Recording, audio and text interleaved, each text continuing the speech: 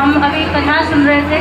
कल महाराज श्री ने एक प्रसंग बताया था कि सभी को जब भी हमारे धर्म को कुछ हानि होती है तो श्री राम जी का जन्म होता है राष्ट्र हित के लिए। अभी सब जब राम मंदिर बना था हम सभी इतने गर्व महसूस किया था हमने। वो कैसे हुआ था? संगठन की शक्ति से। ठीक है, निधि समर्पण एक आयोजन चला हुआ था, सभी हिंदू संगठनों ने उसमें सहयोग किया था, सभी लोगों ने उसमें योगदान दिया था, तभी जाके इतना भव्य मंदिर का निर्माण हुआ है।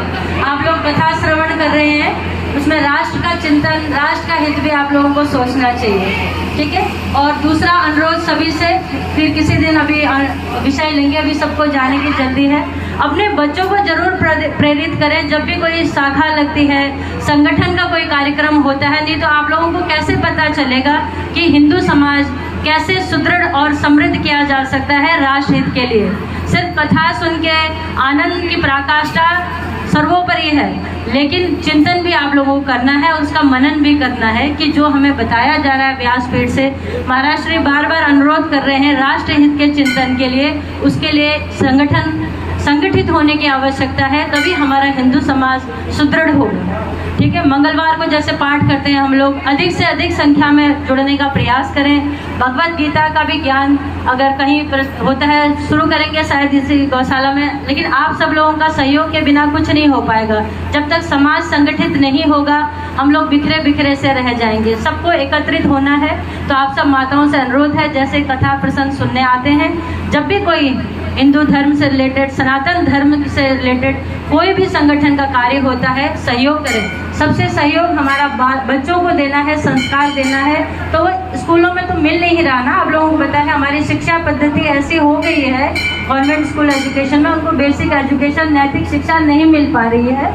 तो कृपया सभी से अनुरोध है, बार बार वही अनुरोध करना चाह रहे हैं, उनके श्रीमुख से बार बार यही अनुरोध हो रहा है कि बच्चों को जब भी कोई शाखा, कुछ ऐसा बाल विकास का कार्यक्रम होता है, थोड़ी देर के लिए, जब भी बच्चों की छुट्टी होती है, रविवार के दिन समय निकालें 1 घंटे का, उनको प्रेरित करें भेजने के लिए। आपने कई बच्चों से अभी चले गए, नहीं तो उनसे पूछते, किसी को हनुमान चालीसा पूरी याद है वैसे? ठीक है, मैं क्षमा चाहूँगी अपने शब्दों के लिए, शायद हम में से भी सभी को याद नहीं होगी, लेकिन हम लोग यहाँ सुंदरकांड पढ़ते हैं तो बिना पुस्तक के गाते हैं। मुझे भी नहीं आती थी, मुझे अवसर मिला था बाल विकास कार्यक्रम के लिए आयोजन करने के लिए, मैं भी संगठन से संबंधित हूँ, तो उनको सिखाते हुए मुझे याद हुआ, नहीं तो मैं भी पुस्तक खोलती थी। अब जब हमारा राम मंदिर बना था तो सारे आचार्यगण, जितने प्रबुद्ध संत लोग थे, अक्षरधाम मंदिर में एक विशेष कार्यक्रम हुआ था। प्राण प्रतिष्ठा में हनुमान चालीसा हम लोगों ने पढ़नी थी। कितनी आप पढ़ते हैं एक दिन में? 1 पढ़े, 2 पढ़े, 11 पढ़े, 108 पढ़े। उसका समर्पण हमने राम मंदिर की प्राण प्रतिष्ठा के लिए किया हुआ था। ये गीता परिवार के जो हमारे कोषाध्यक्ष थे राम मंदिर में, उन्होंने ये संकल्प करवाया था। तो उसका ऐप भी था उसका समर्पण के लिए।